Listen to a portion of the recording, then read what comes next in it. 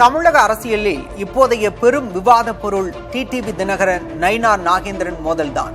இந்த மோதலின் பின்னணி என்னவாக இருக்கலாம் என்பதை பெருஞ்செய்தியாக பார்க்கலாம்.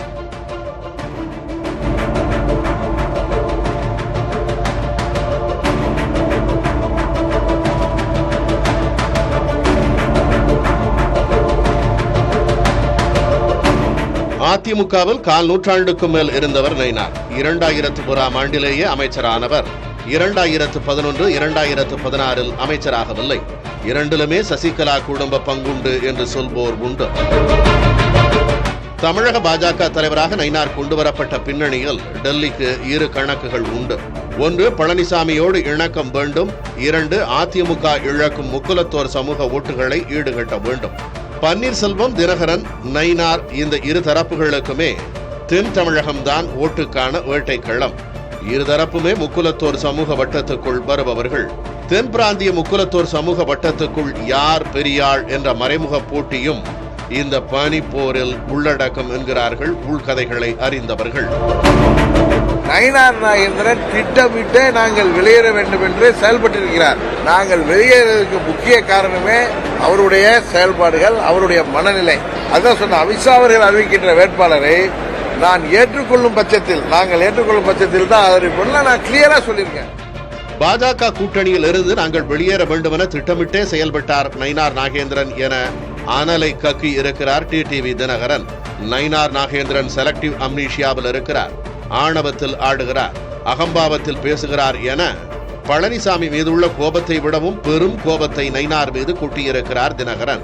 அன்றைக்கு அமித்ஷா அவர்கள் தான் எல்லோரையும் ஓரணியில் இணைக்க வேண்டும் என்று முயற்சி செய்தவர்கள். எனக்கு சொல்றாரு தவிர அமித்ஷா அப்படிலாம் சொல்லலன்னு. அமித்ஷா அவர்கள் அந்த முயற்சி எடுத்தார்கள். அது தெரியும். இங்க யார் எனக்காக பேசியது அப்படின்னா நயினார் செலக்டிவ் அம்னீசியாவா இல்ல தூக்கத்தில் இருந்தாரான்னு தெரியாது. என்னவெல்லாம் காரணம்? அரசியல் தளத்தில் பேசப்படும் விஷயங்கள் இவைதான். அதிமுக பாஜக கூட்டணி முறிவுக்கு முக்கியமான காரணங்களில் ஒன்று பழனிசாமிக்கும் அண்ணாமலைக்கும் இடையிலான யுத்தம் என்பது ஊரறிந்த கதை. இதன் தொடர்ச்சியாகவே பன்னீர்செல்வம், தினகரனை பாஜக கூட்டணி நோக்கி அழைத்து வந்தார் அண்ணாமலை. ஆக பன்னீர்செல்வம், தினகரன் இவர்கள் இருவருக்கும் பாஜகவில் தூதர் போல செயல்படுகிறார் அண்ணாமலை என்ற எண்ணம் பழனிசாமிக்கு எப்போதுமே உண்டு.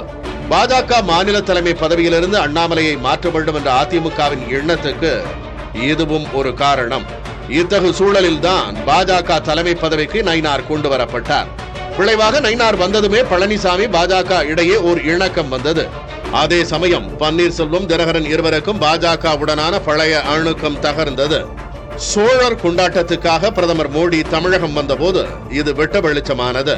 பழனிசாமி, பன்னீர்செல்வம் இருவருமே மோடியை சந்திக்க விரும்பினார்கள்.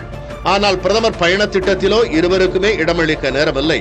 இப்படிப்பட்ட சூழல்களின் போது விமான நிலையத்தில் மோடியை வரவேற்க ஒருவர், வழி அனுப்ப ஒருவர் என்று வாய்ப்பளிப்பது பாஜகவின் வழக்கம். இந்த முறையும் அப்படித்தான் திட்டமிடப்பட்டது. ஆனால் மோடியை பன்னீர்செல்வம் சந்திப்பதை பழனிசாமி விரும்பவில்லை.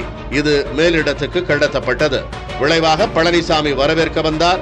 ஆனால் வழி அனுப்ப பன்னீர்செல்வத்துக்கு வாய்ப்பளிக்கப்படவில்லை. நயினார் நாகேந்திரன் தான் இதன் பின்னணியில் இருந்தார் என்றே பன்னீர்செல்வமும் தினகரனும் நம்புகிறார்கள். அந்த சமயத்தில் டெல்லி பாஜகவிடம் பேசுவதற்காக மாநில தலைமையில் உள்ள நயினாரை 6 முறை அழைத்தும் குறுஞ்செய்தி அனுப்பியும் அவரிடமிருந்து எந்த எதிர்வினையும் இல்லை என செல்பேசியை காட்டியே அதிருப்தியை வெளிப்படுத்தினார் பன்னீர்செல்வம்.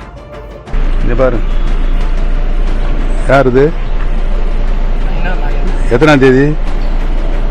24 ஜூலை 26ஆம் தேதி பிரைம் மினிஸ்டர் ப்ரோக்ராம் என்ன அனுப்பிச்சிருக்க message? Honorable ADMK coordinator Mr. O. Pannirselvam wants to speak with you. இதை தனக்கு இழைக்கப்பட்ட அவமானமாக பன்னீர்செல்வம் கருதினார். விரைவில் கூட்டணியிலிருந்து வெளியேறுவதாக அறிவித்தார். தேசிய ஜனநாயக கூட்டணியிலே இருந்த உறவு முறிக்கப்பட்டுள்ளது. கிட்டத்தட்ட இதே நிலைதான் தினகரனுக்கும். பிரதமர் மோடி ஏப்ரலில் பாம்பன் வந்தபோதும், ஜூலையில் கங்கை கொண்ட சோழபுரம் வந்தபோதும் கூட்டணியில் உள்ள தனக்கு அழைப்பு வரும் என எதிர்பார்த்தார். அழைக்கப்படவில்லை. ஆகஸ்ட் 30 அன்று சென்னையில் மூப்பனாரின் நினைவிடத்தில் நடந்தது நினைவு தின நிகழ்ச்சி என்றாலும் பாஜகவினர் தங்கள் கூட்டணி நிகழ்ச்சியாகவே ஏற்பாடு செய்திருந்தனர். இந்த நிகழ்ச்சிக்கும் அழைக்கப்படாததால் கடும் அதிருப்திக்கு ஆளானார் தினகரன். தொடர்ந்து தினகரனும் வெளியேறினார். டெல்லியை சேர்ந்தவர்கள் நல்ல ஒரு முடிவெடுப்பார்கள் என்று காத்திருந்தோம். ஆனால் அதற்கு வாய்ப்பு தெரியவில்லை. அதனால் தேசிய ஜனநாயக கூட்டணியிலிருந்து நாங்கள் வெளியில வருகிறோம் தான் சொல்லிட்டு அதான் சொல்றேன். எங்க நிலைப்பாடு என்னங்கிறத டிசம்பர்ல அறிவிப்பேன்னு சொல்லிட்டேன். பன்னீர்செல்வம், தினகரன் இருவருடைய வெளியேற்றத்தையுமே அண்ணாமலை விரும்பவில்லை. இருவருக்கும் செல்பேசியில் அழைத்து பேசி முடிவை மறுபரிசீலனை செய்யுமாறு கேட்டுக்கொண்டதோடு பொதுவெளியிலும் இதை வெளிப்படுத்தினார் அண்ணாமலை. அண்ணன் டிடிவி அவர்களும் அண்ணன் ஓபிஎஸ் அவர்களும் தங்களுடைய எடுத்திருக்கக்கூடிய முடிவுகளை நிச்சயமா மறுபரிசீலனை செய்வார்கள் என்கின்ற நம்பிக்கை ஒரு புறம் எனக்கு இருக்கு. பெரிய உள்ளம் கொண்டவர்கள், நல்ல மனிதர்கள், நிச்சயமா பரிசீலனை செய்வாங்க. அதனால இப்பவே தேவையில்லாம குழப்பி வேறு வேறு யூகங்களுக்கு விடை கொடுத்து நாங்க பதில் சொன்னா அது நல்லா இருக்காதுங்க. நயினார் நாகேந்திரன் ஏற்கனவே அதிமுகவில் இருந்தவர். எம்ஜிஆர் மறைவுக்கு பின் கட்சியை முழுமையாக ஜெயலலிதா கையில் எடுத்த 1989 அதிமுகவில் அடியெடுத்து வைத்தவர் நயினார். 2001 முதல் முறையாக சட்டமன்ற உறுப்பினரானவர். அப்போதே அமைச்சராகவும் ஆக்கப்பட்டார். இதற்கு முன் 2011, 2016 இருமுறை அதிமுக ஆட்சி அமைத்த காலகட்டங்களிலும் நயினாரும் சட்டமன்ற உறுப்பினரானார். ஆனால் அமைச்சராகவில்லை. நயினாருக்கு கிடைத்த வாய்ப்புகள், கிடைக்காத வாய்ப்புகள் இரண்டுக்குமே சசிகலா குடும்பமும் ஒரு காரணம் என்று சொல்வோர் உண்டு. இருவரும் ஒரே சமூகத்தைச் சேர்ந்தவர்கள் இல்லை என்றாலும் முக்குலத்தோர் வட்டத்துக்குள் வருபவர்கள் என்பது இங்கே குறிப்பிடத்தக்கது. எதுவாயினும் சசிகலா குடும்பத்தினரின் கீழ் தொடர்ந்து நீடிக்க நயினார் விரும்பவில்லை என்று சொல்லலாம்.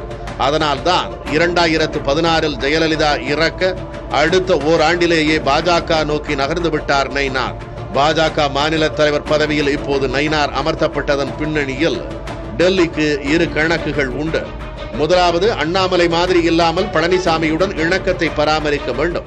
இரண்டாவது, அதிமுகவில் பழனிசாமி பன்னீர்செல்வம் இடையில் விழுந்த விரிசலின் விளைவாக முக்குலத்தோர் சமூக வட்டத்துக்குள் உருவாகியுள்ள சரிவை ஈடுகட்ட வேண்டும். தனித்து செயல்பட்டால் எப்படியும் பன்னீர்செல்வம் தினகரன் அணி 4 விழுக்காடு வரை ஓட்டுகளை பிரிக்கலாம் என்று கணக்கிடுகிறது பாஜக டெல்லி தலைமை. கூட்டணியில் பன்னீர்செல்வம் தினகரன் இல்லை என்றாலும் இந்த ஓட்டுகளை தன் முகத்தை காட்டி பாஜக கூட்டணிக்குள் கொண்டு வரும் பொறுப்பு நயினார் முன் இருக்கிறது. பன்னீர்செல்வம் தினகரனுக்கும் சரி, நயினாருக்கும் சரி, தென் தமிழகம்தான் ஆதரவு களம். அங்கே யார் பெரியாள் என்ற பனிப்போரும் இந்த ஆட்டத்தின் உள்ளுரையாக இருக்கிறது. டெல்லியின் வியூகமும் அதுதான். இத்தகு பின்னணியில்தான் இருதரப்புக்கும் இடையிலான யுத்தத்தை பார்க்க வேண்டியிருக்கிறது என்கிறார்கள் பழைய கதைகளை அறிந்தவர்கள்.